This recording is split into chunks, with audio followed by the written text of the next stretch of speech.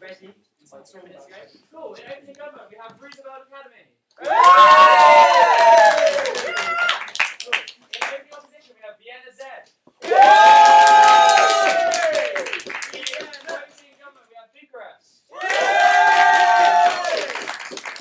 opening opposition, we have St. Andrews. My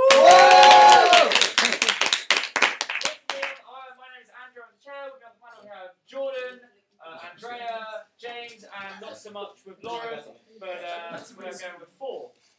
The motion will have that this House believes European states should end all funding for the arts until everyone lives above the poverty line.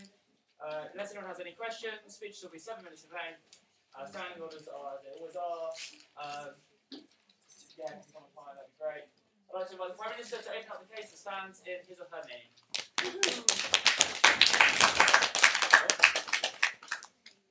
Thank you very much, Mr. Speaker, ladies and gentlemen. I'm extremely glad to be in this final, and I'm also kind of glad that I remembered to bring formal wear. That's really good. We're going to talk about, actually, our basic line of this debate is there are 2 things that we think are arbitrary in this particular context, and 2 things that we want to eliminate. We think arbitrary things are who is poor, and what your particular preferences are in whatever you like and get fulfillment from. These 2 things we think are the relevant realization we need to have in this debate. We're going to talk about the role of government and what government needs to do, which people it needs to serve most. We're going to talk about why we think that cutting funding for the arts is too bad, but not really too horrible for the artists. And we're going to look about what the only fair way is of looking at art within society and how society should, give art a place within itself. First of all, just to clearly set the stage for this debate, we believe that we do not believe that it's actually ever really going to happen that we cut everybody away from poverty. We think, honestly, we do realize that this is just really unrealistic. What we want this debate to really be about is that it is a clear policy goal, that there are clear practical consequences as regards to this, but that it's also like that the very ideal of making sure nobody is ever poor anymore is a moral ideal. We think that that does imply that as long as there are poor people, which is always, there will also never be funding for the arts. Yes? That's fine. Oh, okay, great. Happy to hear that. And we think that this implies that we end all government funding on artists, on cultural institutions, all subsidies on tickets to classical concerts, expositions, whatever, and also all arts schools. We think they should be able to fend for themselves. We think in lieu of that, we don't think it's particularly important to say how we're going to fight poverty. We can think about investing in education, better social welfare programs, economic policies, eliminating discrimination, all the things that keep people under the poverty line. We think all these things are frankly not the relevant thing in the debate. We just want to find out this is kind of what we're talking about. Okay. What do we believe the role of government to be? Clarification. Yes. What is art? Exactly. Thank you. That is really weird. Yes. Yeah. Precisely. Great. I don't know. Do you? Yes. Please tell. Great. Wonderful. I really want to hear this. What is the role of government, ladies and gentlemen? We think what we need to look at is that poverty is essentially a very arbitrary thing. We think being born with the particular qualities that are valued within society at any particular moment is something you do not do anything to make happen. We think, of course, there are certain things that you do that are the result of your own efforts, but they're also massively the result of your particular nature and nurture. We think this is something we can commonly recognize. So we think that as moral beings, when we make a moral decision, we do recognize that when we look at a poor person, who we believe, when you're below the poverty line, we do believe it's reasonable to claim that that is sort of like an objectively worse situation in terms of policy, in the sense that you have very little opportunity to realize any of your desires. When we look at that, we think we should be realizing that any of us could have been in this position had we been born in a very different situation, in a very different kind of society, valuing different sets of skills. We think, therefore, we should regard it as objectively just, like regardless of our own particular interests and preferences, because if we're like very artistic, rich people, we might very well like art and like funding for arts. But we should sort of move away from that and realize that it will be more objectively just, given how arbitrary this is, to sort of remedy that arbitrariness and make sure these people are prioritized by the government. Because you think they've been hardest hit by something that is absolutely not their fault and it's kind of arbitrary. And therefore, poor people are the thing the government should be caring most about. That does not mean they do not care anything about people that are richer and have, a sort of, let's say, on the Maslow pyramid, a higher level of preferences in some way that are being funded. We do think that as long as that means that the lower level preferences are being disregarded or not being properly maintained, we think that means that the lower level preferences do get priority. And that means in this particular case, that if we can prove that art is mostly a province of at least richer people, that means that this is unjust for a government to be caring so much about. And we also think generally that we think that art is indeed the problems of many rich people. We think generally, like, you know, artistic expositions, painting and all that stuff is kind of the kind of stuff that is visited by rich people. We think most of the stuff that is being subsidized is really generally the problems of the elite. That is mostly also a result of a particular type of education, a particular type of culture, which only starts to value cultural expression and, you know, cultural identity in some way when you get to a particular level of income and all that, and social status. And so we think that in that sense, it is, you know, essentially these people are also generally rich enough to pay for the art, and that is very hard to defend to a poor person. Yes, we are unable to make sure you can feed your children, but we will give funding to, you know, indeed, what is art, to some kind of ballet choreographer who's letting people roll in the mud for some weird reason and then calling that art. We think that's particularly hard to defend. May also, in practical terms, lead to, you know, kind of resentment or social unrest in certain ways that we think is kind of bad. It's also just generally morally indefensible. Now,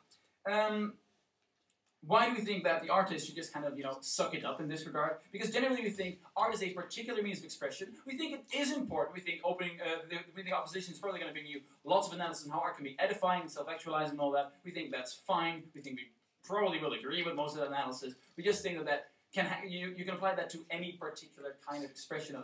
We think that a lot of people do not care too much about art or care about the kind of art that can stand alone in a market system. Frankly, we think there is some level of correlation between your level of, you know, your level of income, your level of education, and whether or not you will appreciate this type of art that stands alone in the market.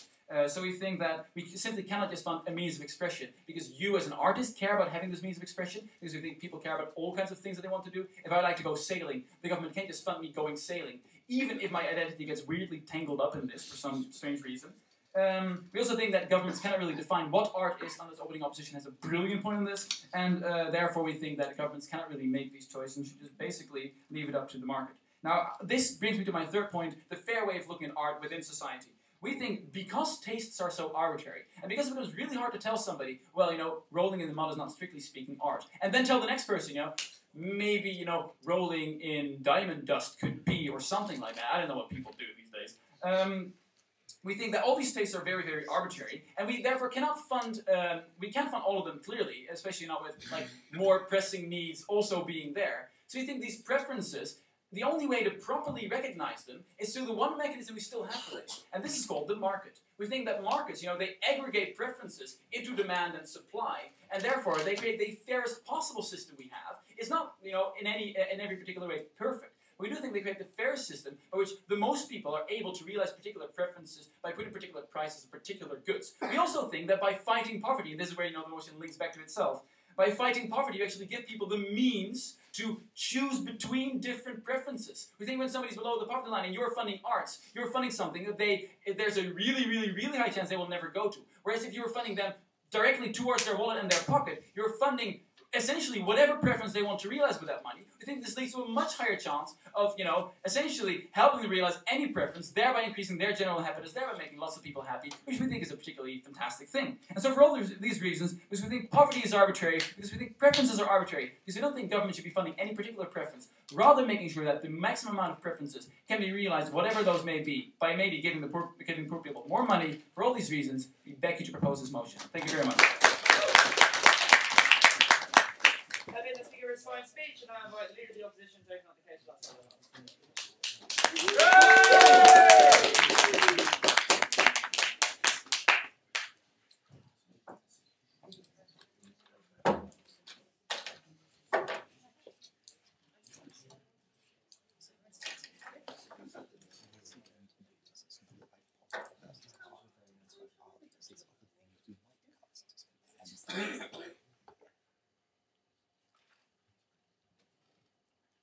Ladies and gentlemen, dear Mr. Speaker, before I come to my advice on a couple of rebuttals, we heard from the previous speaker that they actually are trying to solve a problem and making another problem here.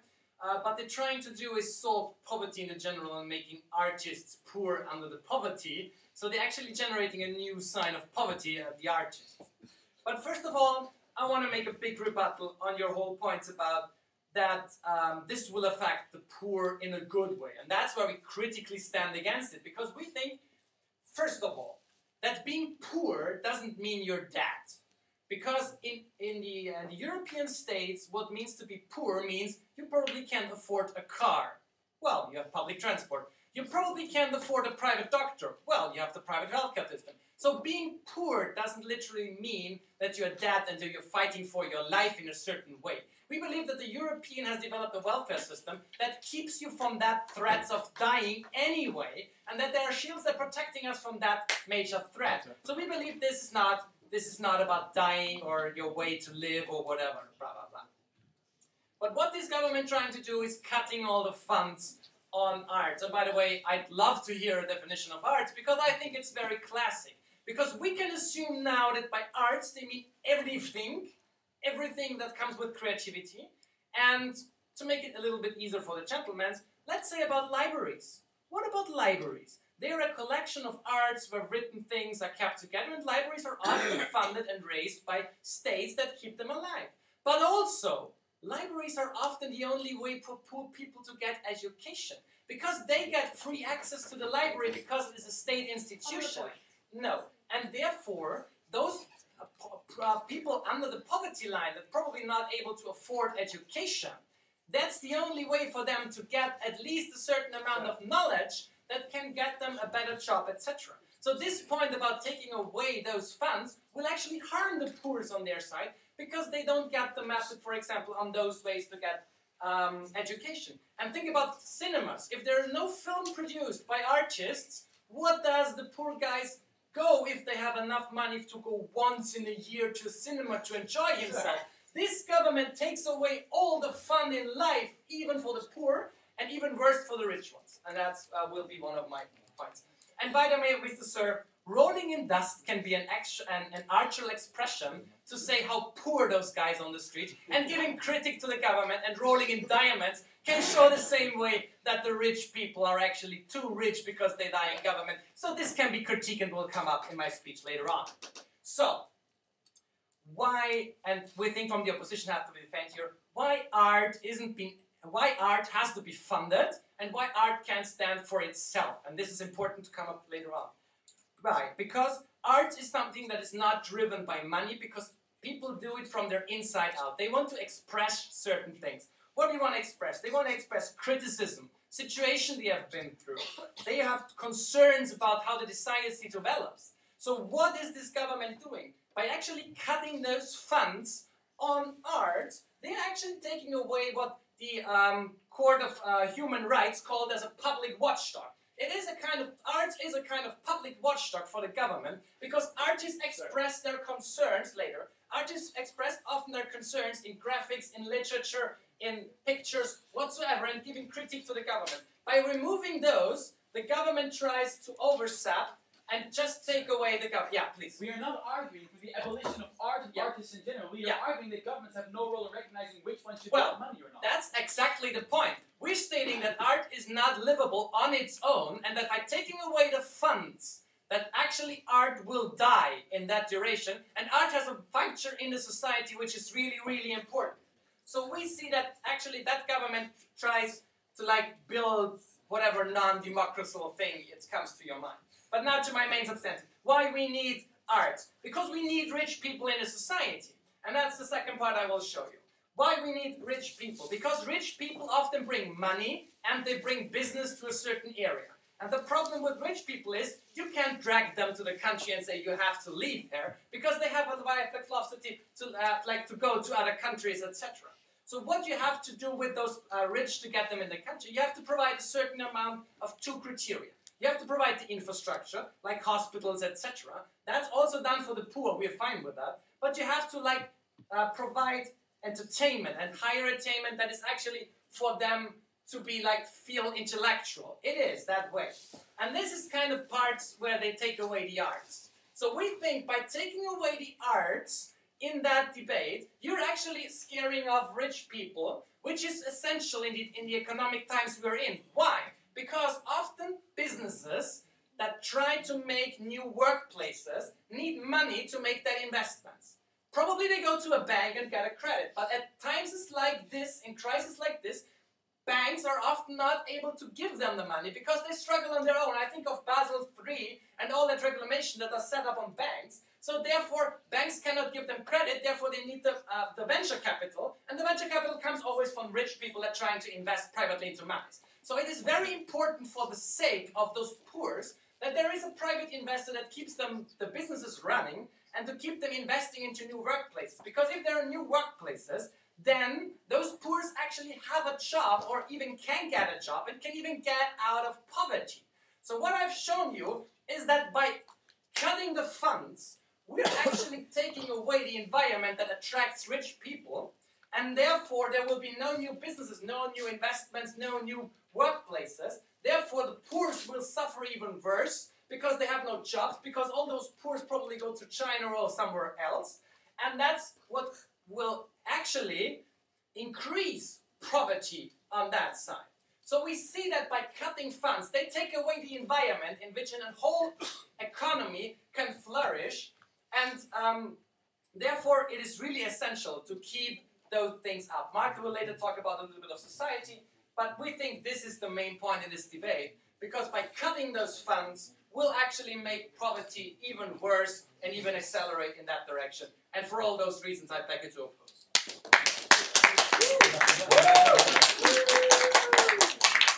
I think the speaker for his fine speech, and I'll let the Prime Minister to continue the case.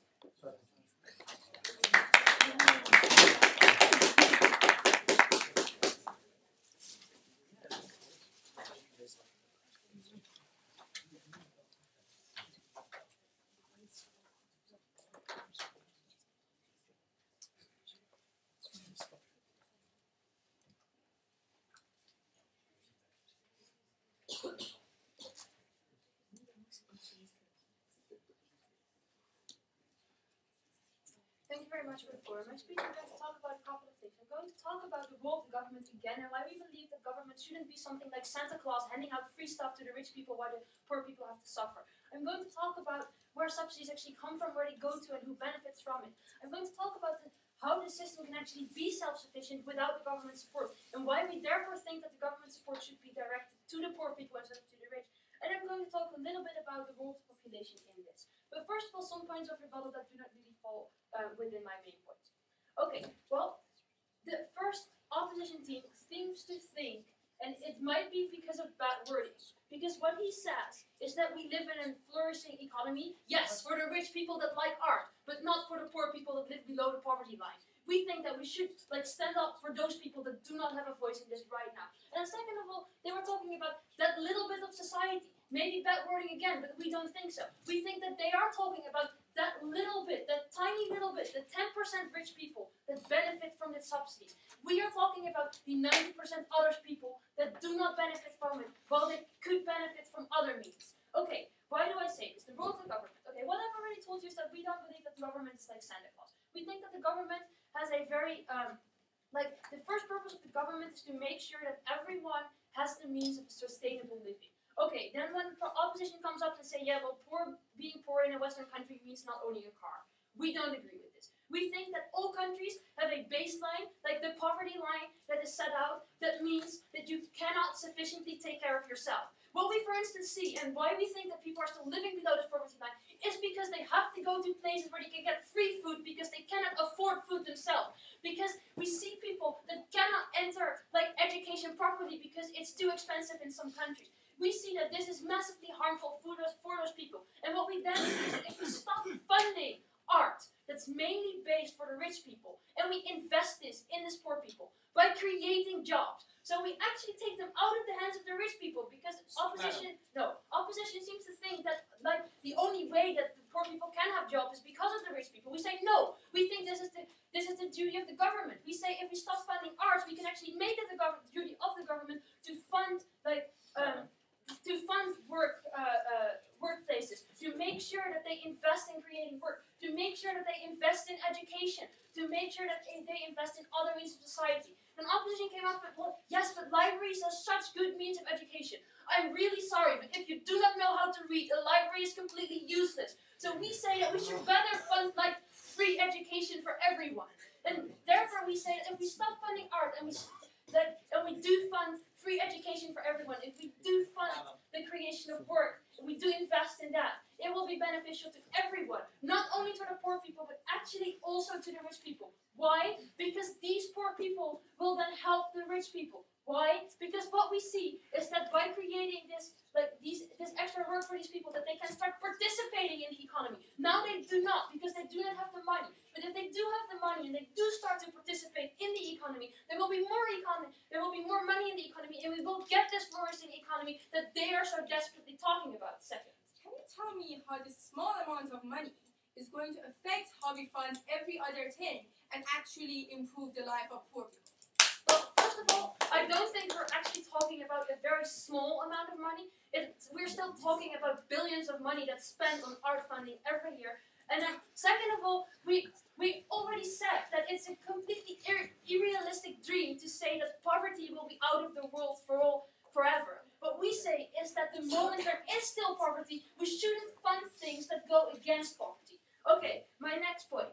Where does the subsidy come from and who benefits from it? We see that the subsidies for art comes from everyone, from the poor people and from the rich people by means of taxes. But we see that where they go to the rich. Okay, then there was this kind of debate about then what is art exactly? We say, well, we don't really know. It's kind of arbitrary what we call art. But what we do see is that when we subsidize art, we're subsidizing musea. Like, we're subsidizing musicals, we're subsidizing ballet, that kind of stuff. All kinds of entertainment that's only accessible for rich people. Yeah, well, and then they were talking about like the film industry and why we should care about the film industry being so important for fun. Well, we say no, that's definitely not the role of the government to allow you to have fun. We say the role of the government is to make sure that you have a sustainable living, and what we then see is that if you do have this sustainable living, that you can create fun yourself because you have the money to invest in fun yourself. What we also see is that brings me to my next point, is like the self-sustainability of the system. What we see is that like this art system is completely abusing the system of funding right now because they just calculated the funding into their budget and they assume that they get it, and that's how they program their work. What we say is that if we take this funding out of the system and put it in something more useful, as I've already explained to you, there will still be art. First of all, about the freedom of expression, we think that all people that are still expressing themselves are mostly the street artists that pose against the government. They do not even get this funding. Second of all, what we see is that if you make this system self-sufficient, that they will like do more for the public. They actually start doing what the public wants. Because the reason why we have to fund this musea is that there are apparently not enough people actually going there. Well, if they have to be self-sustainable, they will be attractive to the entire public, so also to the poor people, and not only to the rich.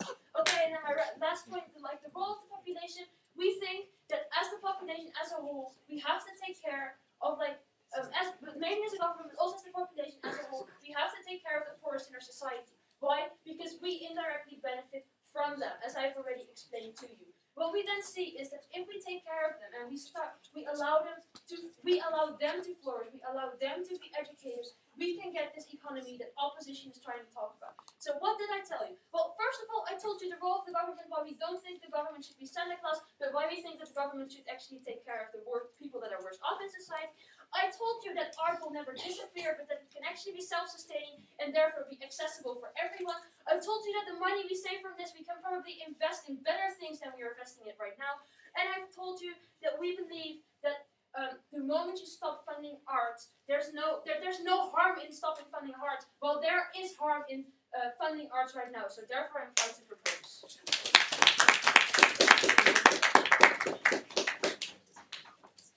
I'm going to speak for her fine speech, and now about the deputy leader of the opposition, to indicate first opposition and wrap up the top half.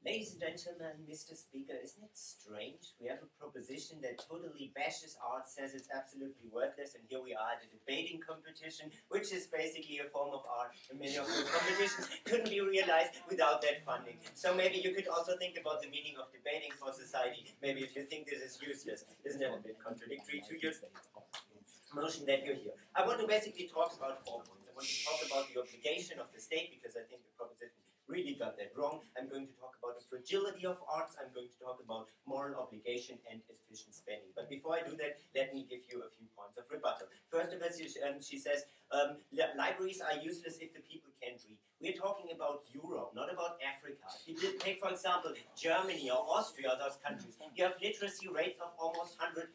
Everyone can read. This is what Jacob said. This is something that is guaranteed. Okay, it's not 1 minute. Okay, so we have to really be realistic what poverty means and what the state already provides to those people. We're not talking about people not being able to read. Then, secondly, you say state does not have to be a Santa Claus for the rich people. Well, we think that this is generally not true. We especially see that many artists are poor. We see that lots of art is specifically for poor people. For example, the libraries and all those accesses where specifically poor people go because they can buy those books for themselves because they don't have this money. So we think this is generally not true. Then you said, well, yeah, and then you said just 90% of the society not benefiting from art. We think this is not true as well. Then you generally define poverty as something that means you have a really bad life. And this is not true in Europe. Generally, national poverty level is, I think, below 2/3 of the BIP. So which means if like everyone in the States had 10 Ferraris and you have just 5, you're still poor. So this definition of poverty does not make too much sense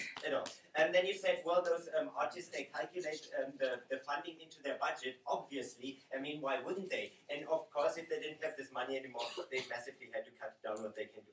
Now let me talk about the obligation of the state, because I think that is very relevant factor. The state has several obligations. And it's not just one big welfare company that has to guarantee to every individual that they can have like a great life and choose from everything they want to.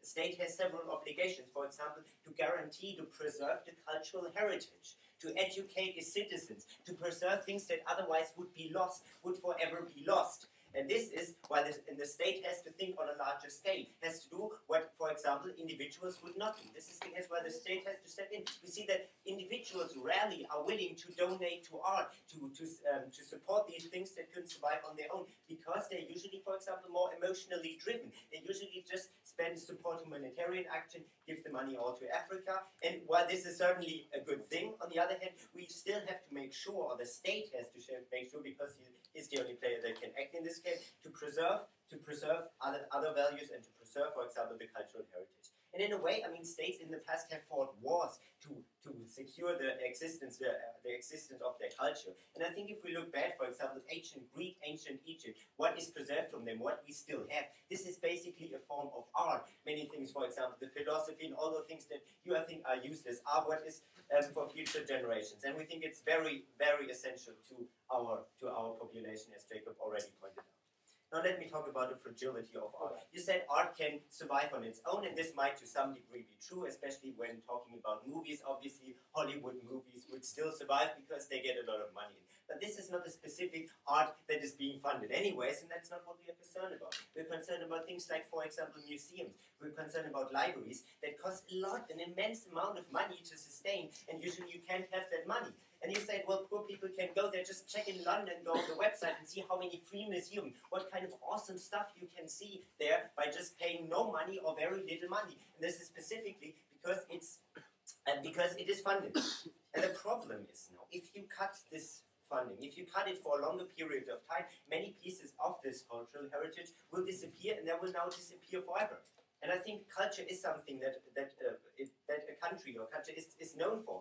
And those consequences are not foreseeable. And we might deeply regret, for example, not funding. If, for example, the museum isn't able to preserve some ancient, for example, pastors' relicts of their past, and they're gone now, you can never get them back. And I think we would deeply regret it if we do this. Then talking about the point of moral, well, other things, for example, okay, then let me talk about the moral obligation point. We think that the state has an obligation to educate its people, to protect the life of the people, but he has not the obligation to guarantee like a very wealthy and a very great life at that point. Jacob already pointed out that poverty is not death, and poverty also doesn't mean that you can't read. And again, we are not against supporting poor people, we are not against helping them, but we just think that it's not necessary to support them at all costs, to sacrifice the entire funding of all, to support them even more. You said poverty is arbitrary, and in a way this is true. Well, yes, some people are lucky, some people are unlucky, but still there's no moral due, no reason to apologize if you're on the lucky end of this. There's no moral obligation to give back everything you have to those poor people. I mean, for example, we see it's nice that you can do it, but it's not necessary. For example, we see that the successful athlete obviously is lucky because he happens to have qualities that can bring him a lot of money, that are admired in this life. But still, in this point, there's no obligation of him towards me, who's less lucky, to support me. Your question. Well, do we therefore fund everyone unlimitedly to become this best athlete, even though we know he can't?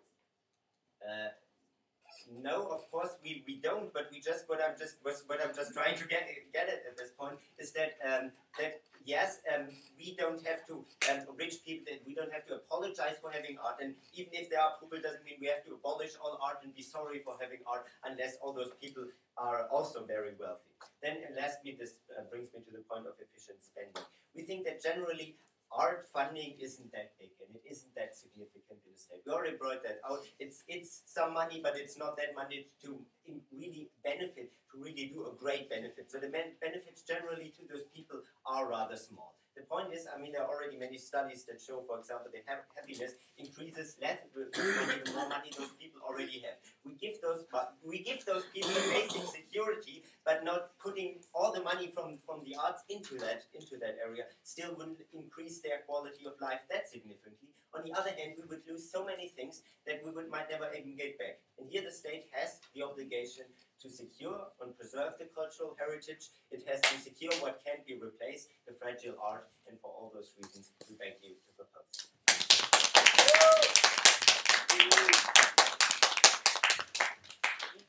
I think that's Speaker for his fine speech. I thank all the top speakers for their excellent contributions to the debate. And now, to the second half of the table, and invite the member of government to extend the case to that side of the House.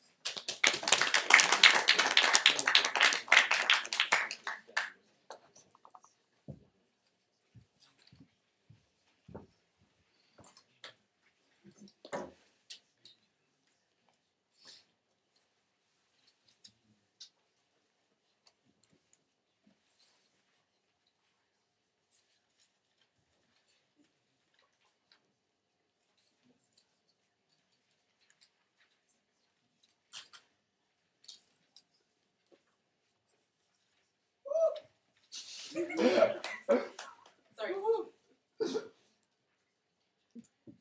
People have been drawing on cave walls since the beginning of time. They have went through Renaissance, through Impressionism, through thousands and thousands of years of art. The British state, for example, is funding art since 1946. Obviously, art is not as fragile as the opposition is trying to make us feel today. And for thousands and thousands of years, artists have found a way to make it on their own without the state helping them. What I'm going to talk to you about today is answer three essential questions in this debate. How do you get people out of poverty by taking money out of arts? Secondly, why is society better off? Thirdly, why is art better off without state funding? First of all, I'm going to address a question that has been unclear in the first part of the debate. What is poverty? Well, apparently the opposition is not living in modern Europe, has not been, well, outside the centers of the city to see exactly how the suburbs look, to see exactly what below the limit of poverty in a country actually is, to see what it's like to abandon your children in an eastern state like Romania, for example, to go work in the west like a maid or something because you have no money to live, to see what it's like to live in the slums or the squats outside Berlin because you have nowhere to live. So basically we're talking about these people that cannot be integrated again in society, that are not subject to employment, that are not subject to education, that have absolutely no means of getting out of there alone. This is why, towards these people, the state has an absolute responsibility.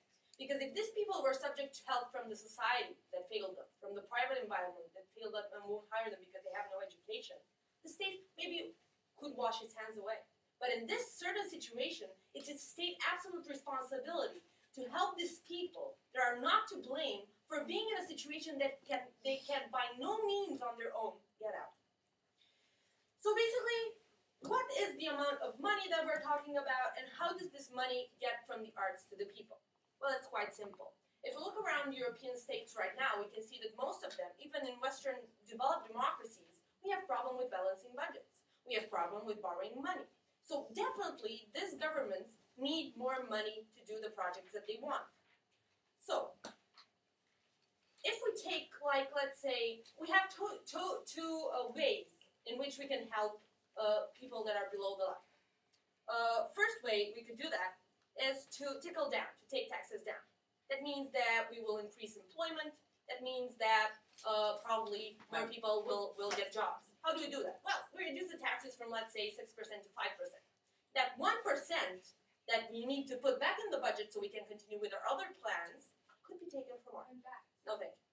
Second, we can have social programs like welfare programs and increase the attention that we give towards these people. For that, we need cash. We can take this money from art. So it's quite easy to see how this link happens and how that money, how belittling they're trying to make them seem for this kind of cause, no matter how little it is, even though it's not that little, it's extremely important. And the principle of taking money from this bag and putting it into the other bag falls on the government side in the most definite way. Madam, Yes, please. could you explain to me how to provide and how to make new jobs, except by the rich people? Excuse me again. How to make new jobs for the poor? Yes. Could you explain to me? Okay. So basically, businesses from places come and invest in a certain country. But the first opposition, because I almost forgot about that, thank you for reminding me, tried to convince us today, is that not if art disappears, but if the state retreats its support from funding arts, people won't invest in businesses in a certain country. Only I find this extremely absurd, because the reason for investment is the fact that there are low taxes, that you have a lot of profit that comes out of that business, that is a lot of marketing for that service that you are providing, and so on and so forth. Nobody cares when they're starting a business in a place. How is the state supporting the arts in that? No. Moving on after this point that I was just reminded of, I'm going to get to the second point of our constructive speech, Why is art better without government help? Well, first of all, because it's illegitimate for a government to discriminate between forms of art. It's an idea that was brought by the first government. Because if it is legitimate by the private market to vote with their wallets on what they like and decide subjectively on this kind of pleasures, it is illegitimate from the state that actually protects a movement to choose between forms of art. So this would be the first thing. The second thing is that you develop a fear of private funding when you're funded by the state. Because if the state knows that you're getting private funding, it might not give you money after all. And it is more reliable and technical in a situation where the state funds you to rely on the state and become dependent on the state and on the small money they give you. But there are two problems here. The private market is much more offering towards these people, but the people won't go to it because they are scared they won't find sponsorships. And because it is hard, and usually people like to sit back and receive a check every month from the government and pay so no thank you. And the second all is that rich people love art. Everybody has agreed to this in this debate. So there will always be private funding on the market, and the people that would actually invest in this art and to preserve the art are the rich people, like it happened in Shakespeare times or in Van Gogh times or in any other times where they have patrons that were paying for the art. So it is absolutely no concern of the government today that art will in any way die. Art is driven by critique and by expression, not by money. Well, I'd like to tell you something. Something that lives to please has to please to live. Who do we rather want to please? Do we want to have artists that have to please the government that is their financer? Or do we want to have artists that can please the infinite tastes on the market that is actually the social market? We want to have an independent art, a free art community that can express itself without the strings that the government pulls, and to make art that the government likes so they can get sponsorship in return. So, at the end of the day, what have we shown you? Show you why it's legitimate to give money to poor people rather than and how exactly this money will get to them and how it is used, and why it's the state's responsibility towards these people to help them.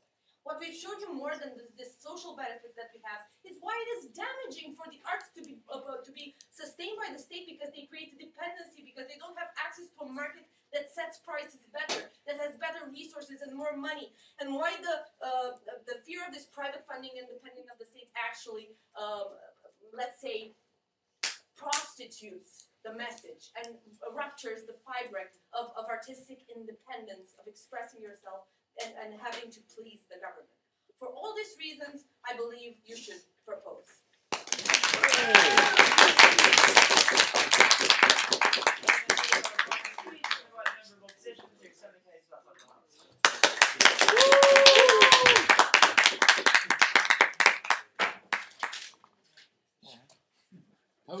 Podium. No, too much to say. Okay.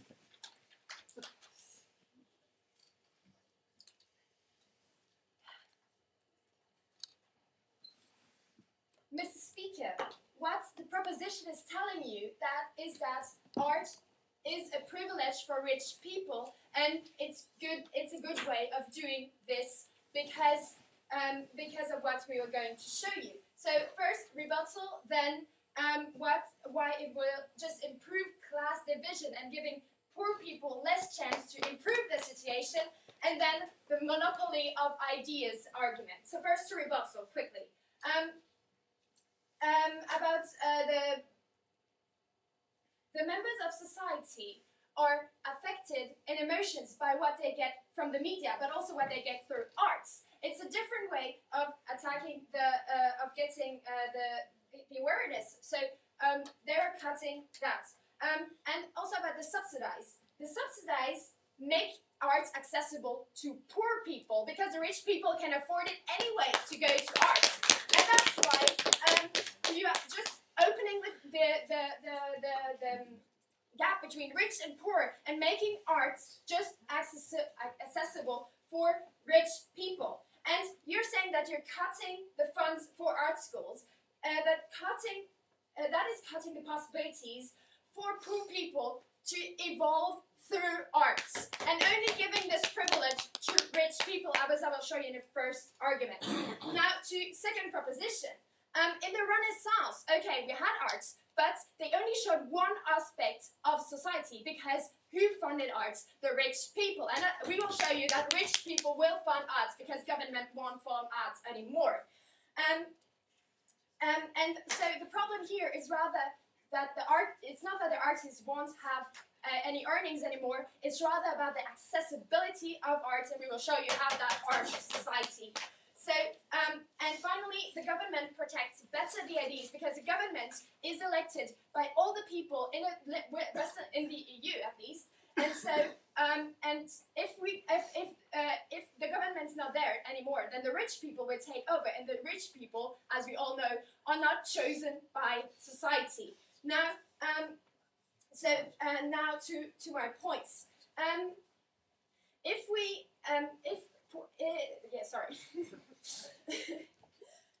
we cut funds for art schools, and as government said, we're squashing the aspirations of poor people to see the variety of talents, and they will only consider for example, manual capacities, their intellectual capacities, but not their artistic capacities. And what is art? Art it's a different way of expressing your ideas. So about your opinion. So you will cut the people the idea that they can show their ideas through art, through a different way. And that means that you're taking this realization of talents away from the poor, and arts is then only for rich people because the parents can pay for the tuition fees. And so you're sending a message that only rich people can get rich or can survive with arts because they can have an education of arts, whereas the poor people have to find other ways of living than living through arts. And that makes the clash of in society greater, and it makes it more difficult for poor people to involve, and that's why we're not improving their situation. Just before my second point, then I will take you. The government here never said that the money that is taken away from arts will actually go into poverty. So it's not because the money is taken away from arts that it will actually improve poverty. Because, as we heard before, it's not because you lower taxes that you increase welfare. You have either one or the other because you have to fund this welfare. Yes, please, then to my second point. How do you justify funding a very particular specific preference and instead of prioritizing that people have the money to choose for themselves which particular preference they would like themselves to fulfill? The preferences, they can't express them anymore as I'm showing now. Because who's taking the role of the government by funding arts now? It's the rich people. So the rich people will actually choose who they will fund. And in most of the cases, they won't fund people that are criticizing them. So it's less likely that the ideas and the way of living of the poor people will actually be shown, because art is a different way of expression. In media, for example, poor people have a less voice. They can less show their way to politics. So people who could actually develop through arts can then show how they used to live in poor areas, as we can see, for example, in the movie The Share of the Angel about Glasgow poor areas. No thanks. And so it's a different way of expression that they can actually raise awareness, because you're touching the pathos of the people, which is not given by the media. And that's another way, of raising awareness. But as the rich people will most likely not give them this way of expression, and they are poor, so they can't express themselves, well, there will be less represented in the society. The society will be less aware about them, and as also in these poor times, austerity measures are more affecting poor. We maybe will know less about how they actually feel, and we're just going to feed them. We will not know about what is lacking apart from that. So we have shown you that the poor people will be less well off with this motion, because the art will be a privilege for the rich, and so the rich will decide on what is art and what not, and that's cutting a very strong way of expression that poor people had. So I beg you to oppose.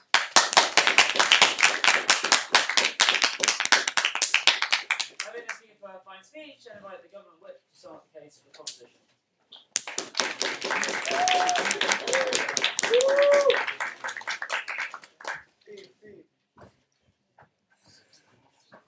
Thanks for bringing that to London.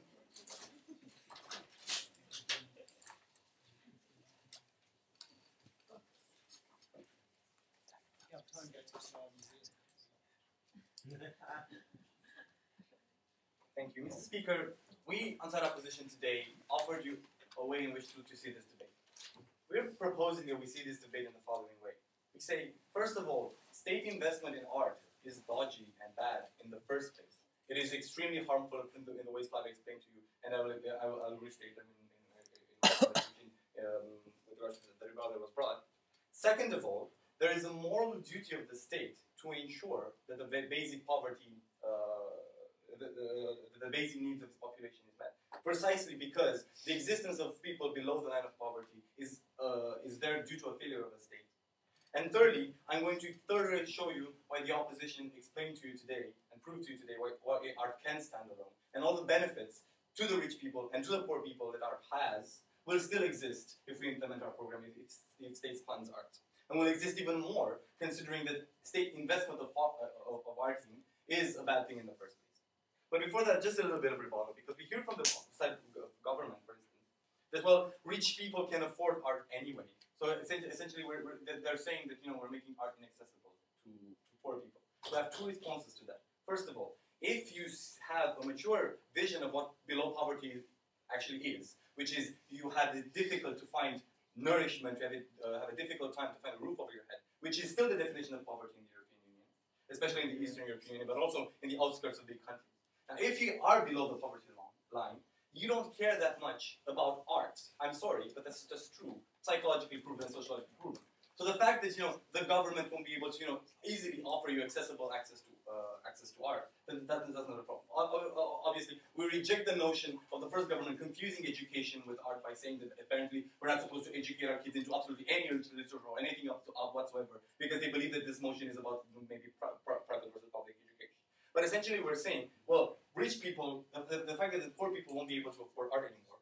We believe that this is not the poor people's biggest problem. Poor people's biggest problem is getting at least above the poverty line. But second of all, we've explained to you that if art is self-sustainable, this means, and we believe it is through reasons such as the existence of corporate social responsibility, like people, like companies investing in art in public museums, like you see in the British Museum, pieces of art sponsored by companies.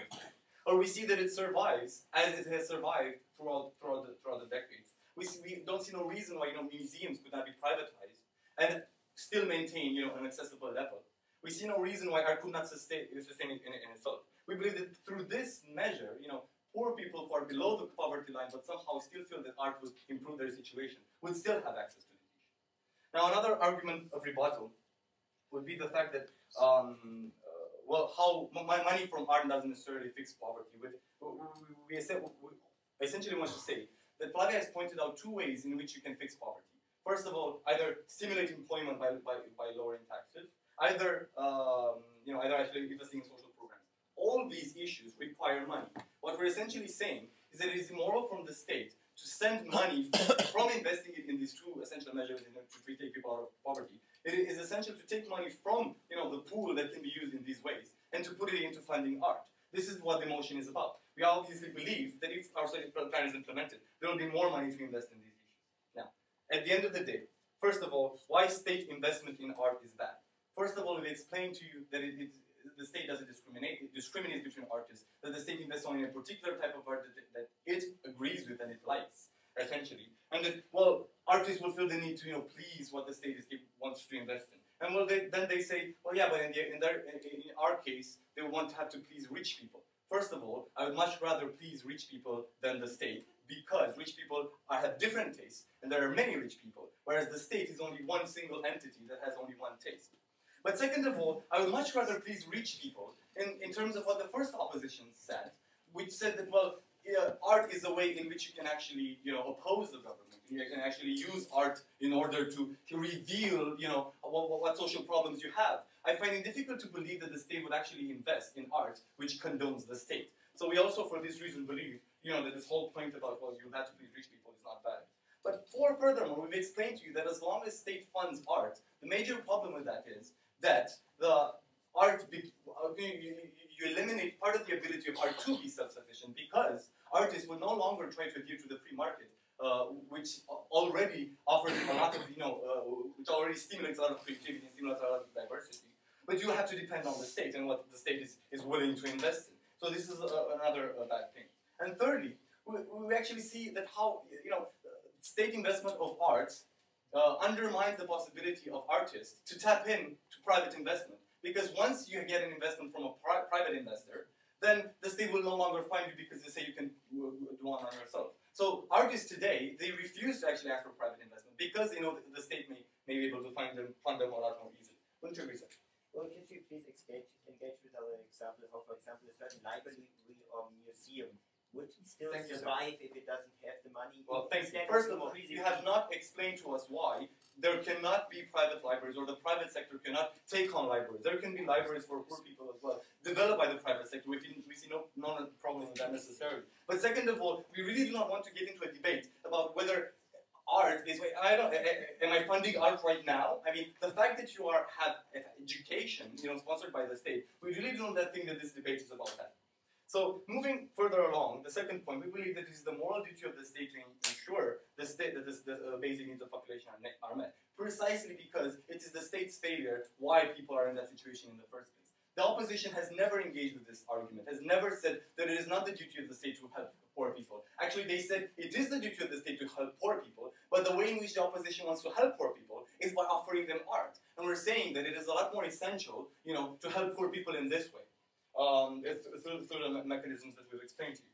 And finally, we've irrevocably explained to you why art can stand alone, because it can rely on private investor who is willing to invest, because it is actually a better idea for it to rely on private investors which can invest, and then they can provide the accessibility and the needs that artists have.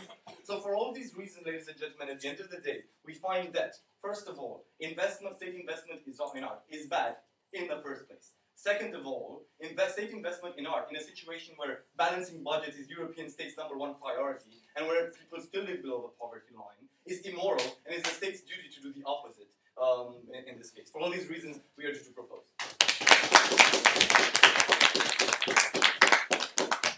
think that's a very fine speech, and now we'll go on the opposition vote to start the case of the opposition and conclude the debate.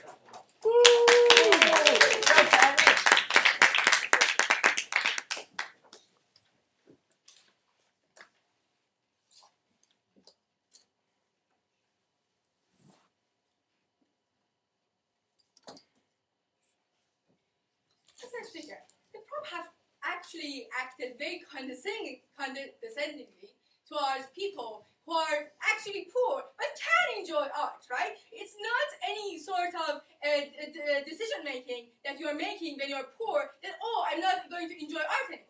The point, however, is that they say it's not your highest priority. We accept that. But at the same time, we think that the point that they are saying it's psychologically proven, they are relying on the fact that it's like Maslow's hierarchy of needs, right? You only have to get your basic needs so you can get to your higher needs, which are like higher art. We think this idea has proven to be wrong, actually, and it is highly unlikely that people who are actually poor don't enjoy art. We think that's the only point that doesn't fit into my higher points of clash in general. So point of clash. But the general theme of second opposition in this debate is that this is actually going to harm poor people rather than benefit them, and we're going to tell you why in 2 points.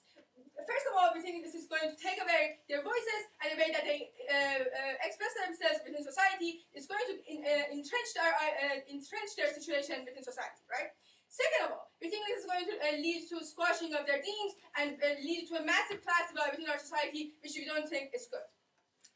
First of all, we think this is not going to give them a voice. We think at the point where you're saying we are going to rely on private markets, that means that you're taking away the government's general funding for arts and relying on private markets, right? What this means is that you're relying on rich people to fund everything. That means we think it's highly unlikely that this is going to happen, given that rich people do have a certain taste. They are, for example, unlikely to do stuff such as fund art that is going to criticize rich people and going to criticize people within society who don't pay their taxes or who don't want to pay their taxes, right? No, thank you. And then they tell you, well, we think art is going to be self-sufficient. We think that art is going to rely on its own, right? They completely ignore Sophie's analysis when she says this is not about the artists, right? This is about access to art. We think this is about people being able to have the ideas of being able to go to a show for once and for all, because we think, as in our second point, this is going to inspire people to become artists, right? But furthermore, we think that this is especially important in times of austerity, right? Us in the EU, as the motion says, are not going to austerity, which means that this is a especially hard time for the poor people, right? Because austerity disproportionately affects poor people. At the point where they are no longer able to express themselves and have political opinions within the wider society, we think it's really extremely bad, right? We think at the point where you are just entrenching the values of rich people within society and just funding those, because the government is no longer funding anything. We think, I'll take you a second. We think that's really bad, right? We think furthermore, at the point, the point of this, however, is that by funding music and theater and ballet and that sort of thing, that criticizes the government and criticizes the way that society behaves in general, you have a way of changing people's minds, right? We think, as Sophie told you, this affects people's practices. That means that your emotions are touched and your opinions are more likely to be changed than through the general media, right? This is something that Sophie told you when she says, we don't think this is going to happen through general media, this is going to only happen through art, because we think it's going to have a better emotional effect on how it's going to change people's minds. Yeah. In many cases, a lot of middle class and rich people tend to also like protest art, or art that shows the situation of poor people. Think, for example, of Charles Dickens and Tolstoy, who are now like great cultural icons, who frankly talk a lot about poor people and about things that rich people did that were kind of stupid and were still massively liked also by them. Won't the mind also mean that these artists also still get a means to express themselves? Well, it's a private market, right? We say the idea is that yes, a minority of people may go and fund protest art because they want, but the majority won't because that doesn't serve their benefits. And we think it's a balance of harms, even though we think the government is more representative of the people's opinion in general. The second proposition tells you that the government shouldn't affect people's opinions and should only just not get into art, right? We think it's better that the government gets into art than rich people, because rich people have a certain class goals that they want to achieve, whereas the government is actually representative of the whole society because we have voted for them. Okay, so my second point is going to be why this is going to lead to class divide and why this is really bad, right? We think at the point where first government tells you this is going to be also funding for our schools and taking away any subsidies, right? We think at the first point this is going to lead to poor people not being able to go and see schools anymore, right? We think that takes away the aspiration of me as a poor person wanting to become an artist, right? That aspiration no longer exists at the point of which I have no access to it, right? We think that means that you take away a whole areas of talent that people have, right? We don't think that the proposition can ignore the fact that the variety of talents that artists may have can exist also in poor people, right? Poor people also have artistic talents, right? What they tell you is that they need to be self-sufficient and rely on private markets to invest in them, right? We think they need a start, right? We think that this means that they get the start that they want, they get discovered, and then they get the funding that they need, right? But at the point where you are just relying on rich people, it's highly unlikely that they get selected, right? Furthermore, we tell you that this means that they are no longer allowed to go to art schools, which means that this is going to highly affect how their aspirations is changed, right? We think at the point where you're only allowing people who can pay the tuition fees to go to the schools, that means that you're only allowing rich people to become artists, right? That means that you take away any sort of experiences that these people have that is going to affect their art, and it's going to affect the way that they make their art, and you only rely on rich people to make this art, right? And that means that you take away a whole area of art that we have in our society and shove it in a bin, right? We think that that's highly bad. We further think that means that you are telling people that only the rich deserve art, right? We think this is highly bad and leads to resentment of the poor to the rich, right? And Sophie just explained to you why this happens. For all these reasons, I beg you to applause. I think that's been a fine speech. Indeed, thank all the speakers in the debate for excellent contributions. Then we have one more round of applause for everyone in the final.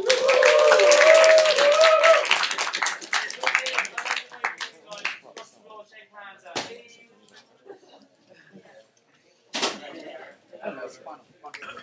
They could have counted themselves.